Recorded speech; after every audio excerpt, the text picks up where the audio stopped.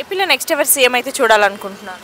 చంద్రబాబు గారు వస్తే బాగుండిద్దని చెప్పి అనుకుంటున్నాను. ఎందుకని చంద్రబాబు నాయుడు గారు అంటే కొద్ది డెవలప్మెంట్ యూత్కి ఏమన్నా జాబ్స్ అలా వస్తాయని చెప్పి అనుకుంటున్నాను. చంద్రబాబు నాయుడు గారు ఉన్నప్పుడు ఎలా ఉండేదంటారు పాలన?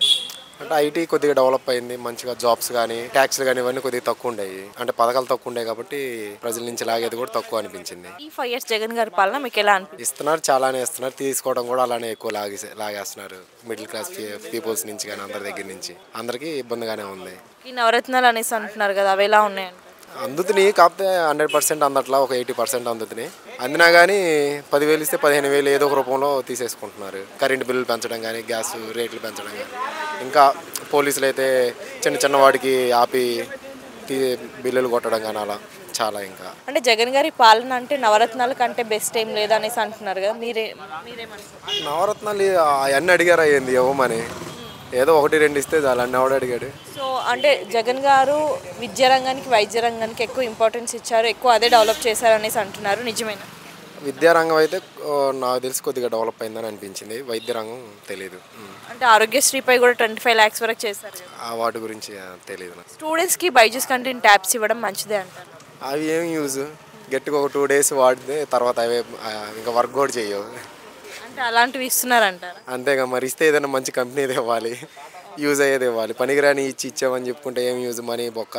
అంటే ప్రైవేట్ స్కూల్ మాదిరి చేశారనేసి అంటున్నారు. అలాగే అంటే government schools lower education better. So Jagan గారి పాలనలో మీకేం నచ్చలేదు? అన్ని నవరత్నాలు ఇచ్చి మళ్ళీ ఎక్కువ మన దగ్గర నుంచే తీసేసుకున్నాడు, అది నచ్చల.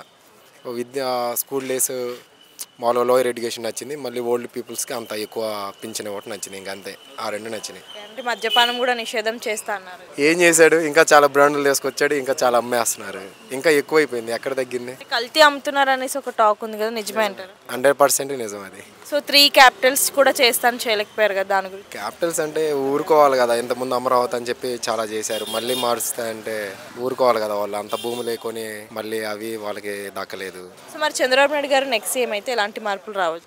యూత్కి ఉద్యోగాలు వస్తాయని చెప్పి కొద్దిగా, అంటే ప్రైవేట్ సెక్టార్ కాంట్రాక్ట్లు ఎక్కువ వస్తాయి, సివిల్ వాళ్ళకి ఎక్కువ ఉద్యోగాలు వస్తాయని అనిపిస్తుంది. ఇంకా ఐటీ పరంగా హైదరాబాద్ని కొద్దిగా చాలా కంపెనీలు తీసుకొచ్చాడు కాబట్టి మన ఏపీలో కూడా ఇంకా వైజాగ్ ఇలాంటి వాటిలో ఇంకా ఎక్కువ ఏమైనా తీసుకొచ్చి యూత్కి ఏమన్నా జాబ్స్ ఎక్కువ వస్తాయని చెప్పి కొద్దిగా హోప్. అంటే చంద్రబాబు నాయుడు గారికి 40 years ఎక్స్పీరియన్స్ ఉందనేసి అంటున్నారు కదా, మరి సింగిల్గా ఎందుకు రాలేకపోతున్నారు? సింగిల్గా అంటే 40 ఉన్నా కానీ ఇప్పుడు ఈ పవన్ కళ్యాణ్ వీళ్ళంతా ఒక్కళ్ళు పోటీ చేసినా గెలవరు. అలా ఒక్కరిని వదిలేస్తే ఈయనకి నెగిటివ్ ఏ ఒకటి తీసుకొచ్చి అలా ఏ ఒకటి చేస్తారు కదా, అందుకని కలుపుకొని పోతున్నారు. మరి కలవడం ఎలా అనిపిస్తుంది? మంచిదేగా, కలిసి ఉంటే కలసుకు. ఒక ముక్కలో ఏపీకి నెక్స్ట్ సీఎం ఎవరంటారు? చంద్రబాబు వస్తే బాగుండు అనిపిస్తుంది.